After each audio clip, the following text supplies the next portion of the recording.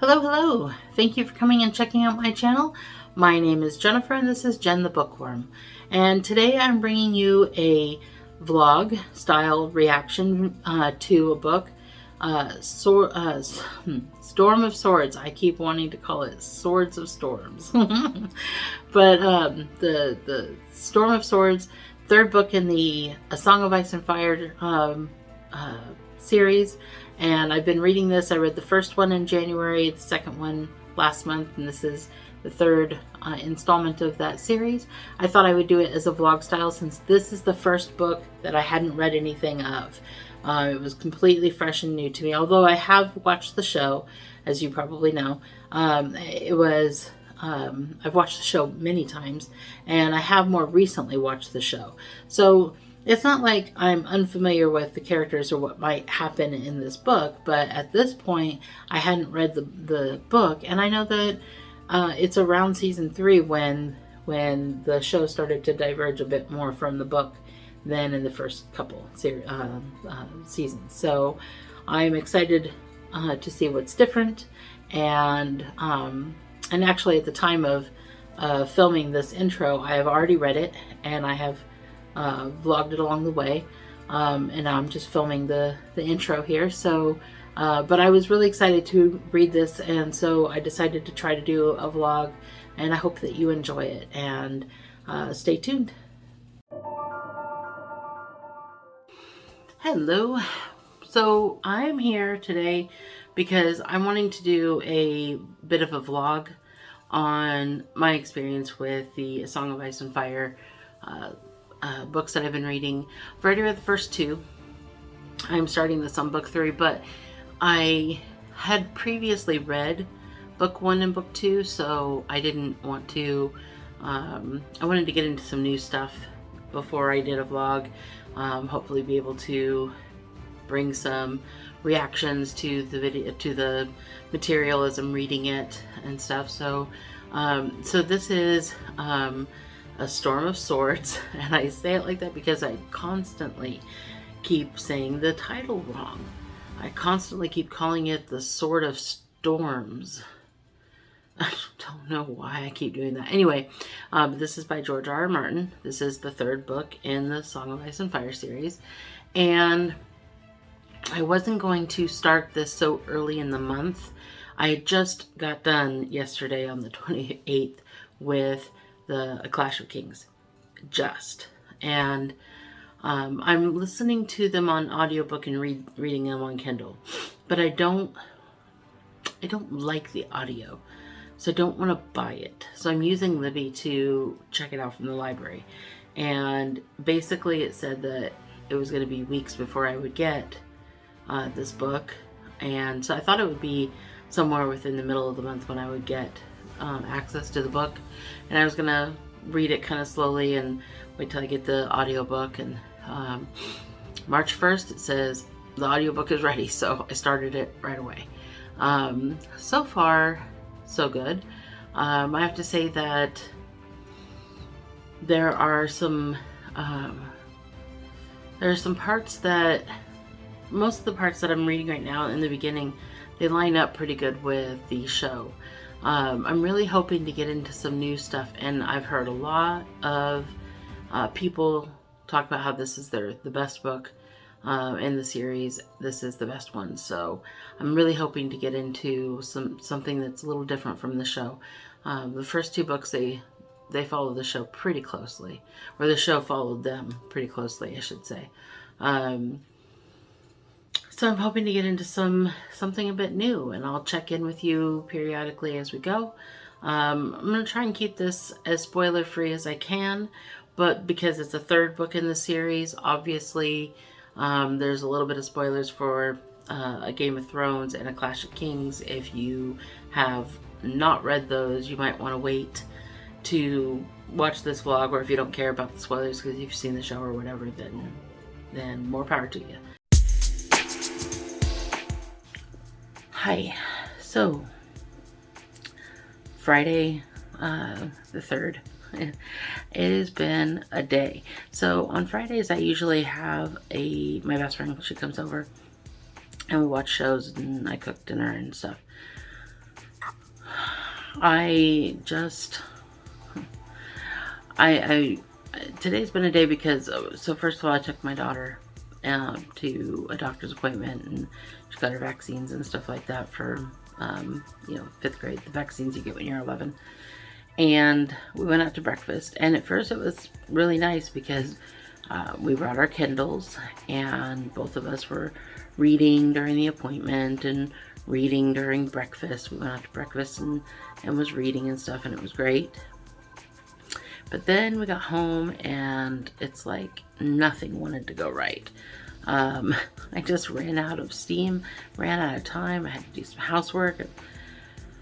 Thankfully, I can listen while I'm doing housework, but I put dinner in the crock pot. It's easier if I do a crock pot meal because I go and pick her up at 5:30. We get home around 6. If I start cooking dinner then it's kind of a thing.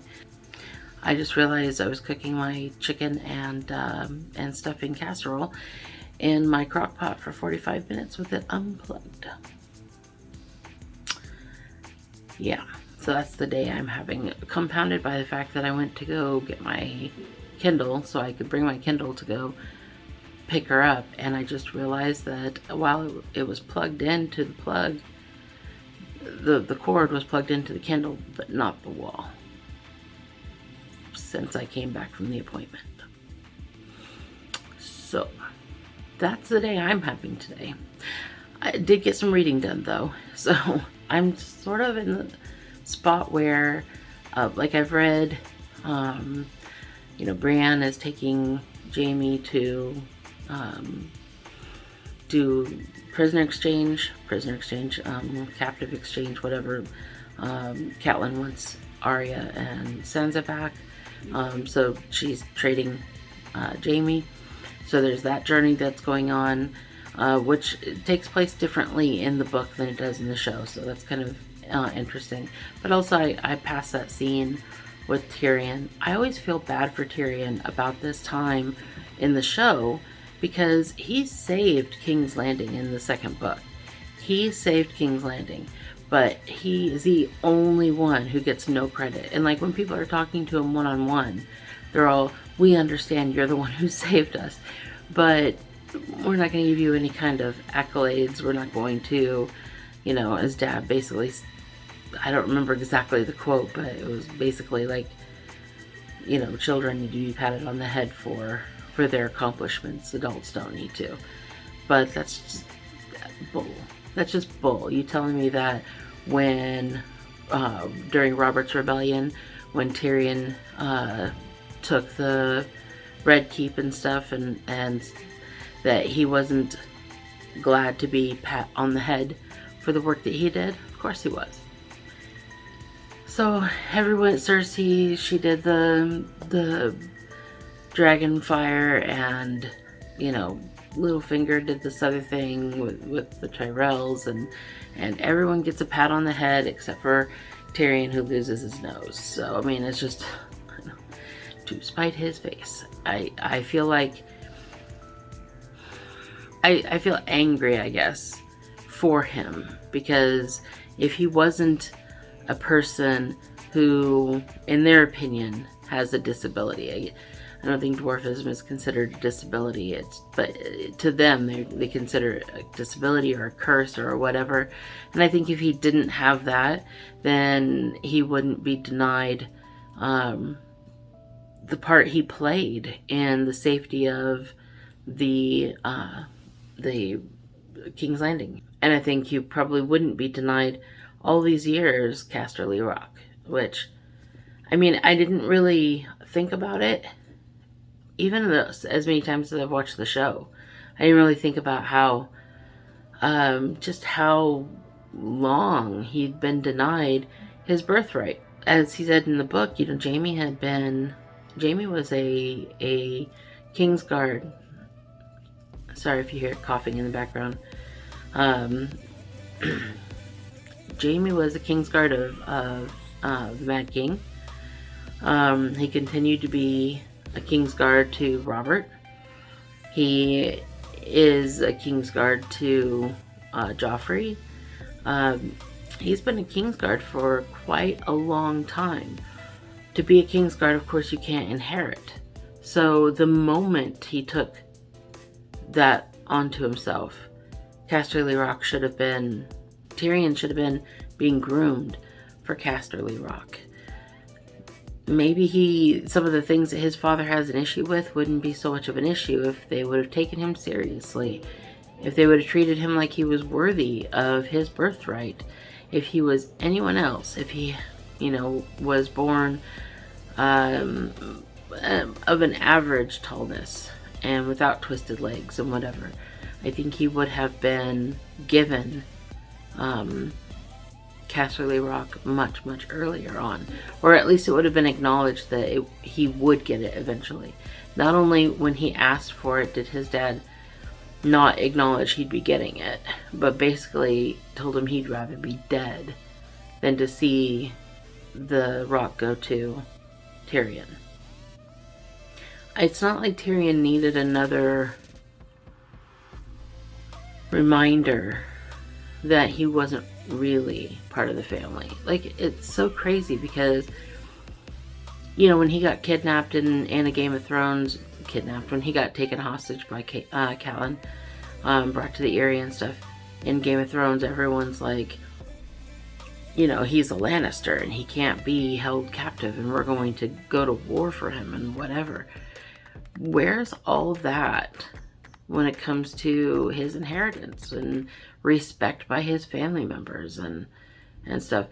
And I am about sick to death of hearing people blame him for his mother's death, like he had any ability to stop it. A baby who is being born is not at fault for a mom dying in childbirth. That's just not the baby's fault. And oh my God, I just, when you killed your mother coming out of her, he didn't kill her, she died. That's different.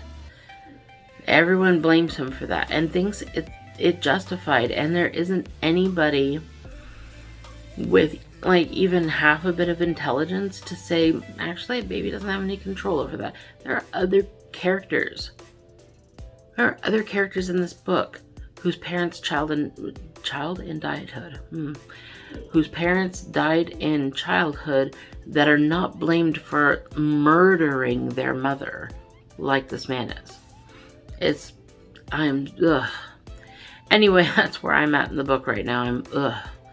But not in a bad way. I'm enjoying the reading. I'm enjoying the story.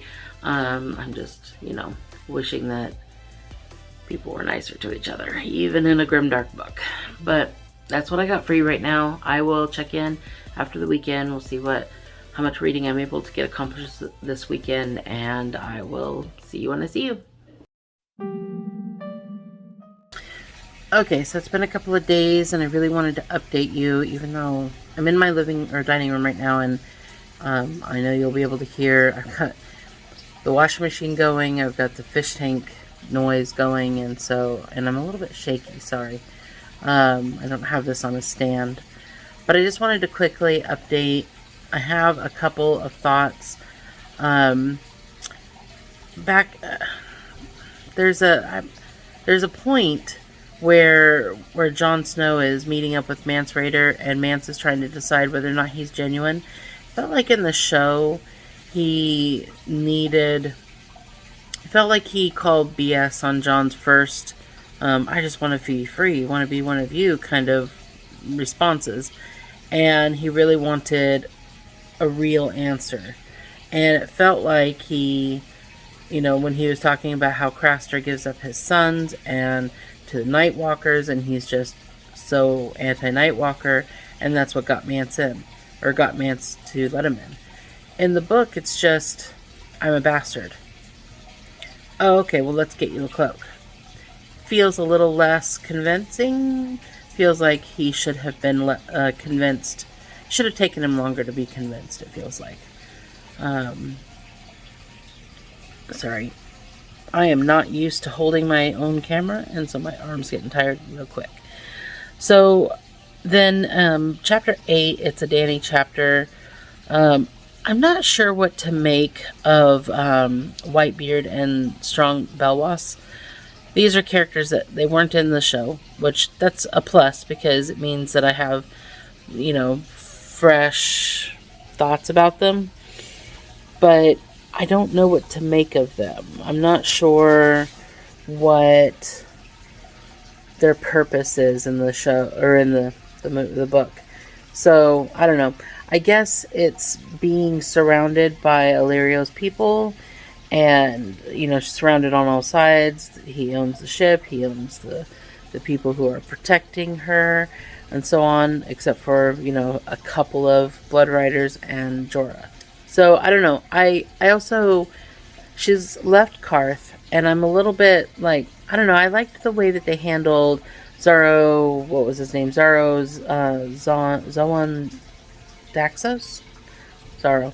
I like the way that they handled him in the show because when he lied to her about his, he would parade around the lock that goes to his vault and all the money he has, and all that money could be hers. All she has to do is marry him, and then she makes him open the vault after she realizes he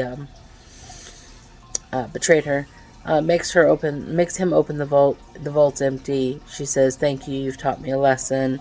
Basically, the power is where people believe it is, and that was kind of in the prologue of Clash of Kings.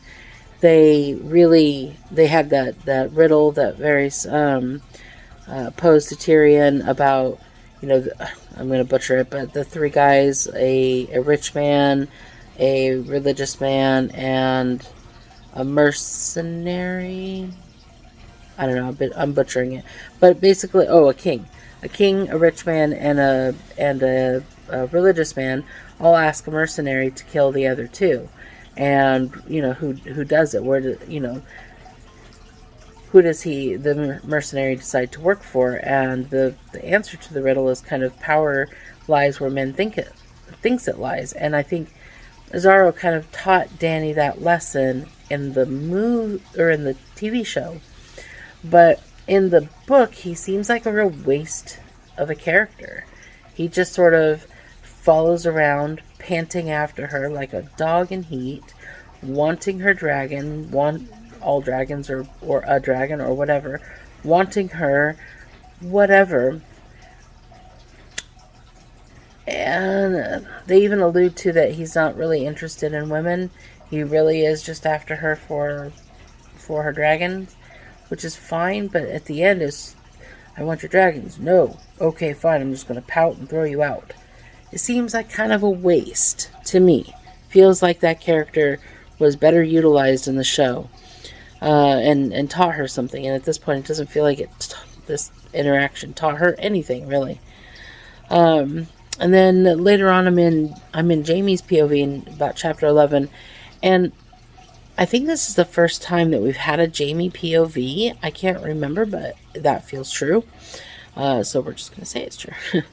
And I'm not sure I'm loving it because, again, I know I'm comparing everything to the TV show, but I've seen the TV show all the way through, all the seasons, like 6 times. So I'm very familiar with that. And this is the first time reading this book. It's sort of like, comparing to your new person to your ex or something when you've only had those two people to be in a relationship with. I feel a little bit like I'm comparing too much, but I can't help it. That's just where my mind goes. Oh, this is different than in the movie or the TV show, which I keep wanting to call a movie. But one of the things, like when Jaime and Brienne first started doing scenes together, when they were Brienne was taking him to get Sansa and hopefully Arya from King's Landing, make that trade. It felt like, Jaime was really rude to her and would call her ugly and be like, "Wow, you're just," he'd treat her like she's a freak at the zoo or something like that. "Wow, are you really that ugly, or are you this, or, you know, just kind of really rude to her. But it almost seemed like he was joking more, or like he wasn't 100% serious. Like, some of it was he's trying to get her goat. Some of it was he's trying to feel her out, trying to make her sloppy so that he could get a sword and get, you know, out. It felt like he wasn't really being mean just for no reason but to be mean. But in the book, because we're in his point of view, I don't know, I'm sort of, I don't like how often he calls her wench in his head or out loud. If it was only out loud and in his head he was, I guess, thinking of her with a little more respect, it would be whatever. It would be he's just trying to piss her off. But I don't know. I liked their interactions in the show, and I worry that it won't go that way in the book. And it feels like another relationship that sort of goes away. In Clash of Kings, there were the relationship between Tywin Lannister and Arya Stark in the show was one of my favorites, and that never happens in the book. And the there's another, I can't remember off the top of my head, another relationship that was another one that was a favorite of mine that never really happens. I feel like I understand why they make these changes for the show. They're trying to condense the cast a bit and stuff, but I don't know, when you really like those kinds of interactions and you really feel like that's a big part of your viewing experience, it's kind of rough when it's taken away. So I hope the relationship between Brienne and Jaime improves. I know that we're still in early days with it, so maybe I'm just being impatient. But that's kind of where I'm at right now, and so I'm going to spend some time reading today, hopefully get through a lot of it. I might try to search around to see if I can find myself a reading sprint. Those always help me stay on task, and I'll check back in with you. Hello, hello. Okay, so it's Friday, and I wanted to check in regarding the Storm of Swords. I am kind of slowly moving my way through this, and I need to pick up the pace because my library is going to want their copy back. So of the audiobook, the problem is I'm not using the audiobook, so maybe it won't be that big a deal. I'm mostly picking this up and reading it like at night before bed, or right after dinner a little bit. I'll do some reading, and I'm not really doing the audiobook, which is kind of surprising for me, but I don't know, I've had my mind preoccupied on other things, and sometimes when my mind is working on something, I don't want an audiobook to muddle it or overshadow it or whatever. Anyway, so I haven't been listening, but I have been reading, and I'm at the part now where Robb has come back to Riverrun, and his mom's all in trouble because she let Jaime go, but he's willing to forgive her because he's come back with a wife. It's kind of interesting because I completely did something different with the show. I mean, with the show, it was I think she was Valyrian, and she was just a far off foreigner who was very beautiful, and she was a healer, but she was kind of sassy about the politics. She didn't fight for their side or for Robb's side. She didn't heal for Robb's side or for the other side exclusively. She just healed whatever guy or person was on the battlefield and needed healing. And she was not afraid to get her hands dirty. She wasn't afraid to hack some guy's leg off in the middle of the battlefield in the show. And she was just sort of she didn't have a last name. She didn't have a family that she associated with. I mean, obviously she had a family name, but she didn't give it, that I can think of. She didn't give it. So, and then, you know, the Freys got mad because Robb married somebody else, but it didn't in the show, it wasn't as, it was like the Freys are gonna get mad when they find out, but it wasn't like all of the Freys that Walder Frey had sent with Robb to fight up and left. It wasn't visualized that way in the show, but it definitely was in the book. And it was kind of interesting because I'm reading the book and Catelyn's like, I wonder what's wrong with the Freys. And I'm thinking, I wonder what's wrong with the Freys too, because we hadn't seen Robb's perspective at all. I don't think we've had a Robb chapter this whole book so far. And then, you know, suddenly he comes back with a wife. And this one is a Westerosi person from a Westerosi family, Westerlings, I believe it was, and who are typically Lannister bannermen. And this family, part of them was captured at a previous battle that Robb fought. And so these are people that fought against him up to some point and then are now with him. And his wife seems very timid, not like the character portrayed in the show. So she's very timid. She's I don't know. It's interesting. Also, the whole her uncle and Grey Wind, his direwolf, doesn't like the uncle. That whole thing. I kind of have some suspicions based off of what I know from the show and what I think might happen in the book, but I don't know because we've diverged enough that I only have vague ideas about what's coming up. But some of what I think might be coming up might have been completely made up for the show, just like this romance was completely made up for the show. I mean, he does get a wife, but we don't know anything about her up to this point. And it's kind of interesting because in the show, it took him a lot longer to forgive his mother. In the book, it's like, you're forgiven because you did what you did out of love. Now you must forgive me because I'm doing I have done what I did out of love. So it's kind of an interesting, it was interesting that that's the way it happened in the book. It's interesting that they diverged from that for the show.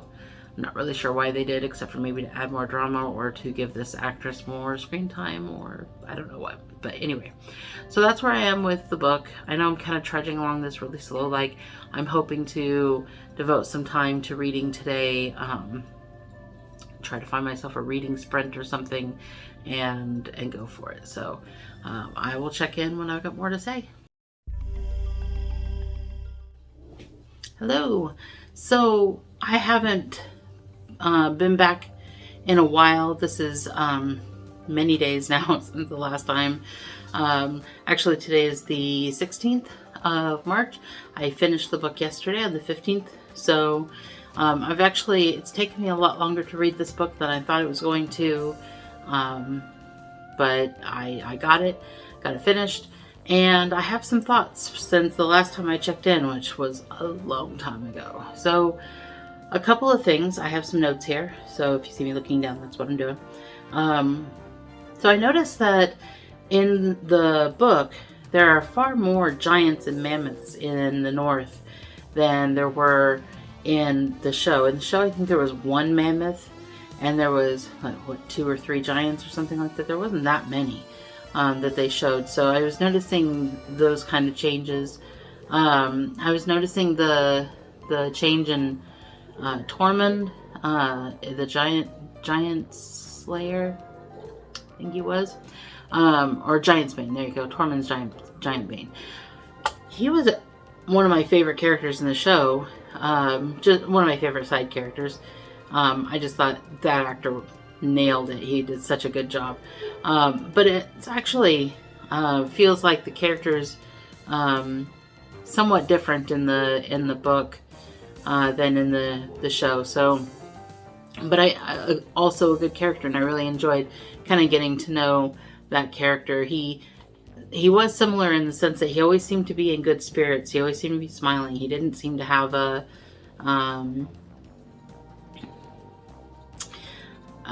I'm about to say he didn't seem to have a mean bone in his body, which that's not true. I mean, if you considered murder and killing and whatnot, murder and killing,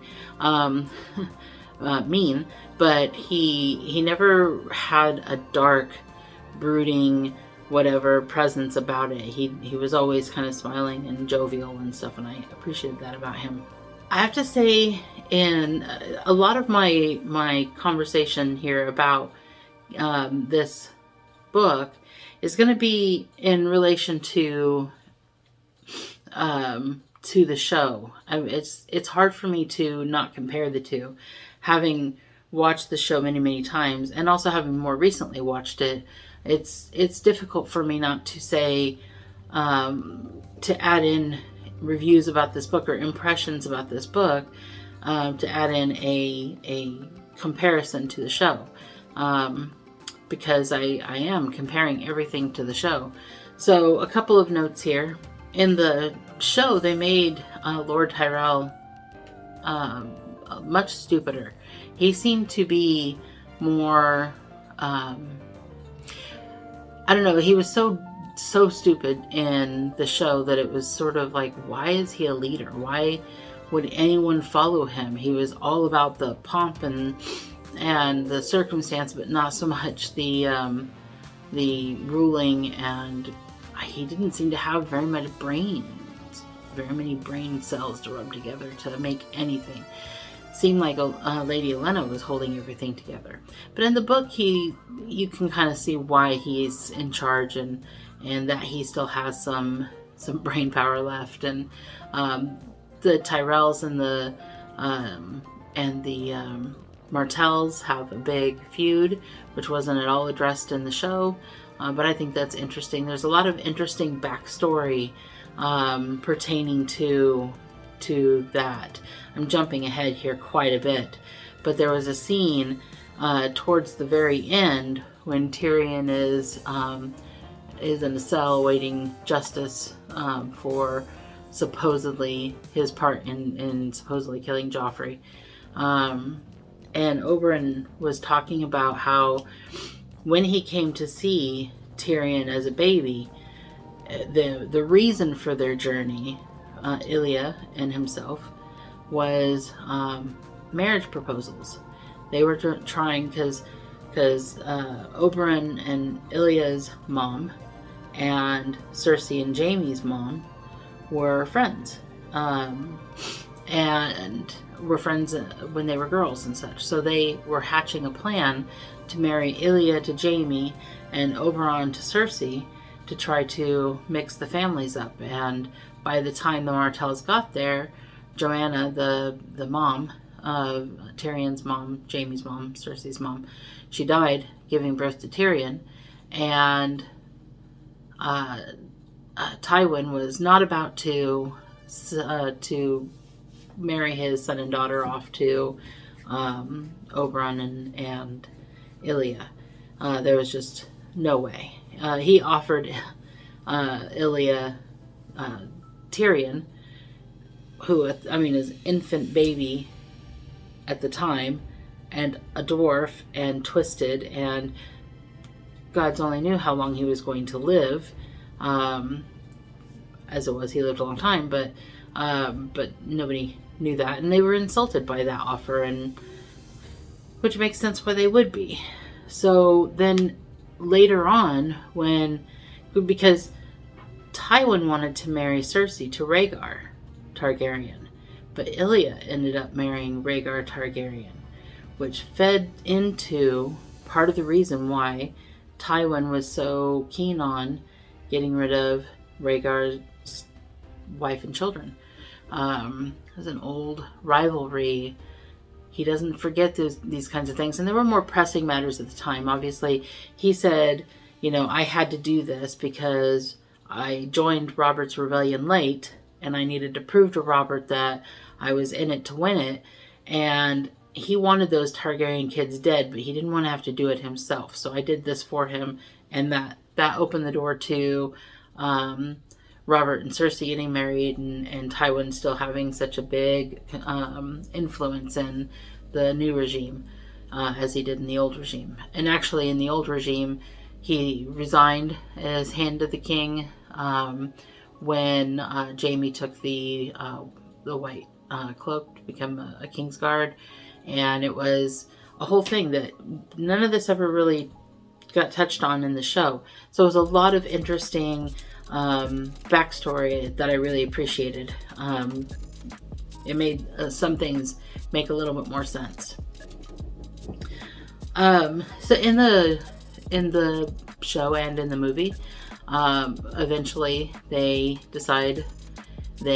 Tywin decides to marry Tyrion to Sansa, because they don't want Sansa being married off to not Loras Tyrell this time around, Willis Tyrell. Now, probably in the show it was Loras because they didn't want to convolute the whole thing with a bunch of other different brothers and stuff, but he's actually a third brother, so Loras is. So they were going to marry her to the eldest brother, Willis, who was crippled but a good man by all accounts, and she was going to live in Highgarden and be happier than she was in King's Landing anyway.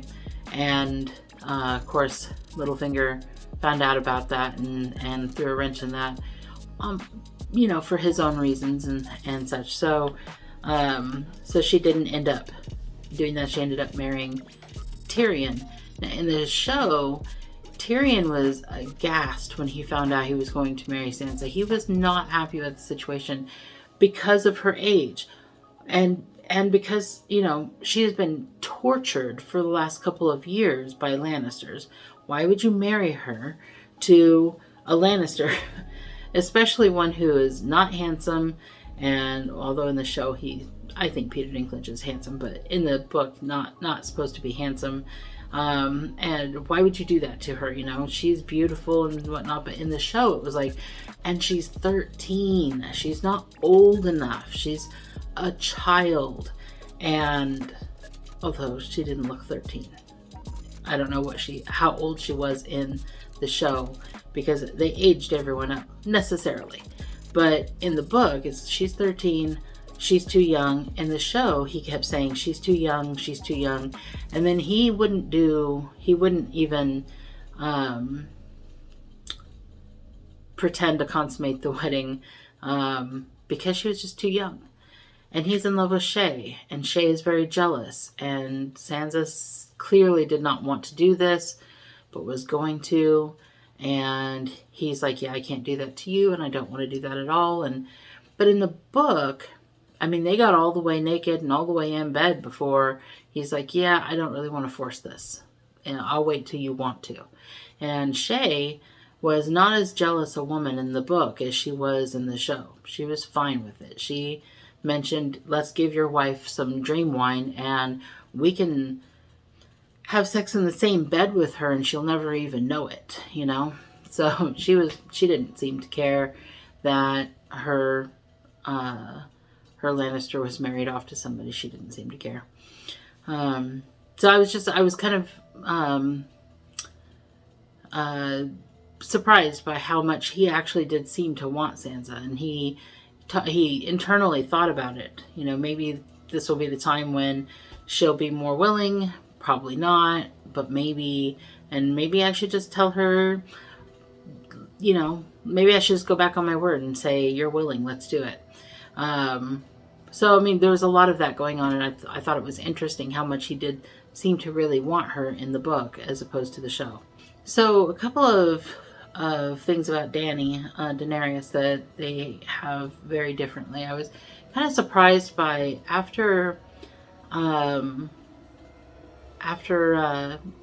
Jorah kisses her, it seems to awaken something in her, not for Jorah, but because he's so much older than her, but in general, like she seems to come alive sexually in a way that she wasn't in the show. In the show, it seemed like men were an afterthought. They weren't something that was important to her. In the book, she's taking one of her women servants to bed with her. She's thinking a lot more about different men. Dario Naharis being one of them. I think I pronounced that correctly. she thinks about Drogo, but I mean Drogo's gone. But she's seems to be more sexually motivated than she was in the book, also, or in the movie or the show. Also in the show, she seemed like slavery, ending slavery was her passion, and you know, when she was with Drogo, she was not cool with taking slaves, and that just sort of, you know, after Drogo with Slaver's Bay and stuff, and how she conquered Slaver's Bay, that was a big deal to her. Keeping slaves free was a big deal to her. In the book, it doesn't seem like, although it is something she cares about, it doesn't seem like she cares about it as much. Like, she's far more magnanimous in the show. In the book, it's more a means to an end, and although she does care about freeing slaves, it's not the same. It doesn't have the same feeling. She just seems like this is what she's got to do to get to where she's going, kind of thing, rather than she has a deep passion for freeing slaves. Just a difference that I thought was interesting. It kind of doesn't amount to very much difference, because the same thing happens in the show as happens in the book, but it just has a different feeling to it. I also think that there was a lot more about Petyr Baelish's background that we didn't really get involved in the show. We actually visit the Fingers and see how he runs it. He's obviously feels like he was born way below the station he should have been born into. That he was given much less than what he believes that he deserves, and that's where the root of his ambition comes from. Why he climbs a ladder so far, so fast, so high. Why he's trying so hard. The Fingers were a pile of rocks with what seems like nothing but rock and sheep pellets all over the place. It just didn't seem like it was that great a place. It seems like he tries to stay away from there as often as he can. It was mentioned in the show, but we never went to the Fingers. We didn't see where he came from. There was a lot more about him and Lysa that we learned about, and Hoster Tully. Hoster Tully kept saying towards the end of his life, Tansy, I'm sorry, Tansy. And Catelyn had no idea what he was referring to. He thought Tansy was a person, but towards the very end of the book, you find out Tansy is part of a concoction that they put together and made Lysa drink when she was pregnant with Petyr Baelish's kid. They made her basically abort her pregnancy and then married her off to Jon Arryn. So, is something that Hoster Tully was obviously feeling guilty about towards the end, because he mentioned it over and over again. But at that point, I mean, Lysa, although Catelyn wrote to Lysa and said, he is dying, it would be nice if you came to pay respects before he goes. She never even, when we saw Lysa, she never even mentioned that she got a letter from her sister. She never went to go see her father. He died without her really saying goodbye, or without him being able to say sorry to her or anything. A couple of other interesting things that happened was at the end when I really liked in the show how the show handled Oberyn and Tyrion. That scene when Oberyn comes to see him in the cell, and he is telling him the story about seeing him as a baby.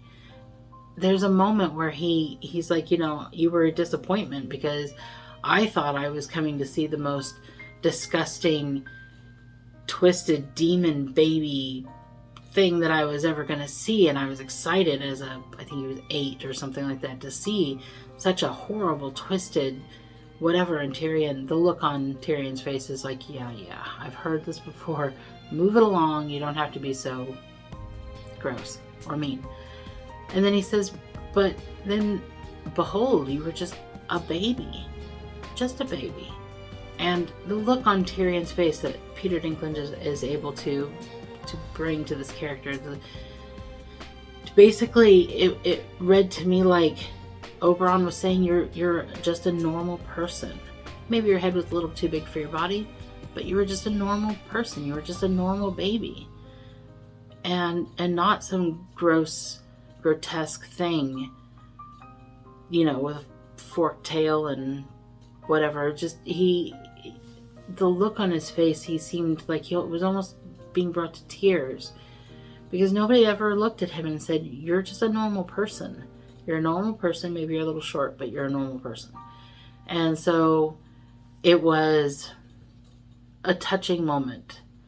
In the book, the story happened, but not in the same time period, and he sort of glossed over it. But then he comes and he says, you know, I'll be your champion in the show. In the book, it's like, do you have anyone to champion for you? And Oberyn says, yeah, I'll do it, because he knows he wants to fight the Mountain. The fight between him and the Mountain happened pretty much as the book, as in the show. And it was a great moment, even in the book. But afterwards, like when Tyrion was imprisoned, you know, Jaime would come and visit him. That didn't happen this time. Jaime did end up coming and visiting him, or not visiting, but breaking him out at the end, and he had a confession for Tyrion, which was an interesting confession regarding his first wife, Tysha, which Tyrion thinks about quite a lot more than you know. I mean, he mentions her once in the show or something, but he actually thinks about her quite a bit. But Jaime mentions, you know, he confesses, and the confession made Tyrion so angry that he basically said, I did kill your kid. I am the monster everyone thinks I am. I did kill your kid. And that's different and weird. In the show and previously in the book, he was just like, it twisted him up in knots to think about confessing to something he didn't do. And in that sense, he did it so to the point to where he was just trying to hurt Jaime. Not that it really hurt Jaime, because in the book, Jaime mentions, I didn't really know this kid. I mean, he's mine, but Cersei never wanted me to be close to him because it would make people suspicious. And, you know, he even mentioned, if I had to choose between getting my son back or getting my hand back, I'd choose my hand. So that was kind of interesting dynamic there. The main two storylines that I really wanted to read this book for, or the main two characters, did make an appearance, and I was happy that they made an appearance. Cold Hands was the first one, and it doesn't say in the book who Cold Hands is up to this point. I know who he is, and if you've watched the show or read the book before, you do too, but I'm not going to say it this time around. I'll wait until the next book or whenever it's revealed. But I really wanted more Cold Hands. He's there, he's mentioned, he's kind of okay, so there's a guy out there with cold hands. Black hands, which is what the White Walkers have, or the Whites. And so some confusion because it's maybe a white that is still cognizant, but they don't mention much about him, and so I'm hoping the next book has more, especially in the Bran chapters. And the second character was Catelyn after she died. Now in the epilogue of the book, you can see that Catelyn comes back. They don't really explain how, and they don't do anything but have her stand witness to something somebody said, and then, you know, give judgment, and that's it. So I'm kind of interested. I had heard, I'd been spoiled on this already, that she had come back, that there was some sort of undeadness to her. So I'm kind of curious as to how that works out. and if that has a big part in the next book, if that plays out more, I don't know. So that's I'm hoping to hear more about that. So basically, essentially, that's most of the main points that I had written down. I have a couple others written down, but I think I've covered most of the important stuff. And this is what this concludes this book, the Storm of Swords. And I really enjoyed this book quite a lot more than I thought I was going to. I was a little bit concerned at the end of the Clash of Kings when I was kind of falling asleep a little bit through the book, and it wasn't the book's fault. It was just I had watched the show too soon and I was getting kind of bored. But I don't think I'd be as bored if I hadn't just watched the show not that long ago. And so I was a little concerned about this one, but I've never read this book, not any of it, until now. And so having not read it before, just having there be a little bit more things that the show diverged from helped make this book fresh for me, and I really enjoyed reading it. So that concludes the vlog. I hope that you enjoyed this. I have been filming little reactions throughout. Now I need to go and film the intro, and hopefully get this all put together for you so that I have it for this Friday. And I am glad to be done with the book. It took me longer than I wanted it to get through a book. So now I haven't done a mid-month freak out or anything or check-in. It would be a freak out though if I was doing it, because I have succeeded in reading one book so far in March. And usually by this point I'm further along in my book. So, but I've got some exciting stuff happening this weekend. Hopefully I'll be bringing to the channel soon. And I have a couple more books on the horizon that I hope I'll be able to fit in before the end of the month. So if you've enjoyed this, please give me a like. Please consider subscribing to the channel. I've noticed from my analytics that many people actually click on the videos, but they don't actually subscribe to them. So if you could please subscribe to the video, I would appreciate it. It doesn't cost anything to do. It really helps out the channel quite a lot. Also, please leave me some comments. I know I haven't done a lot of vlogs, and I'm trying to incorporate a few more vlogs. I've had at least one person request more vlogs, and I am going to try to incorporate more of those in there. But if you have any tips or tricks or things that you'd like to see in a reading vlog, please feel free to comment down below. I would love to hear any feedback on the vlogging style and what else you'd like to see, what you'd like to have added to it, if anything, or taken away from it, if anything. Please, any constructive criticism that you can give me, please put it in the comment section below. So thank you for coming and checking out my video, and I hope you have a great rest of your day.